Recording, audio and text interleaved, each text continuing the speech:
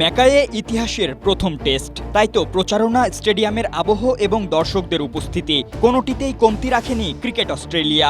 প্রথম দুদিনের টিকিটও শেষ হয়েছিল মুহূর্তেই। ডারউইনে টাইগাররা যে ইতিহাস লিখেছিল তাতে এই ম্যাচটাই কিছুটা অ্যাশেজের আবহও লেগেছিল। কিন্তু কে জানতো 5 দিনের টেস্ট শেষ হবে মাত্র দুদিনে।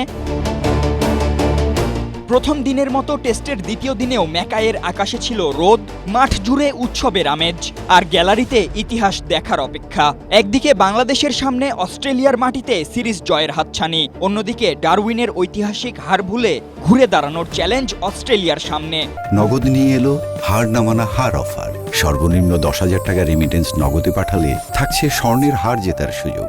আর সেই ইতিহাসের সাক্ষী হতে গ্রেট ব্যারিয়ার রিফ অ্যারেনায় ছিল দর্শকদের উপচে পড়া উপস্থিতি। কিন্তু পেসারদের দাপটে 5 দিনের টেস্টের অপেক্ষা দুদিনে শেষ হওয়ায় স্থানীয়দের আক্ষেপ থাকলো বটে।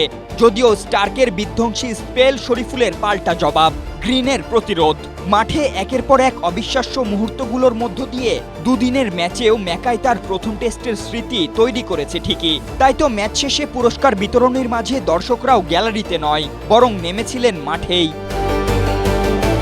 এই ম্যাচ দিয়ে অস্ট্রেলিয়ার 12তম টেস্ট ভেন্যু হিসেবে গ্রেট ব্যারিয়ার রিফ অ্যারেনার অভিষেক হয়। 22 আগস্ট শুরু হওয়া এই ম্যাচের প্রথম দিনের টিকিট 4 দিন আগেই শেষ হয়ে যায়। প্রায় 10,000 দর্শক ধারণ ক্ষমতার এই ভেন্যুতে স্থানীয় ক্রিকেট প্রেমীদের জন্য দিনটি ছিল বিশেষ এক উপলক্ষ। ম্যাকাইয়ের প্রথম টেস্ট দেখতে অস্ট্রেলিয়ার সমর্থকদের পাশাপাশি বাংলাদেশি সমর্থকদের উপস্থিতিও তৈরি করেছিল ভিন্ন আবহ।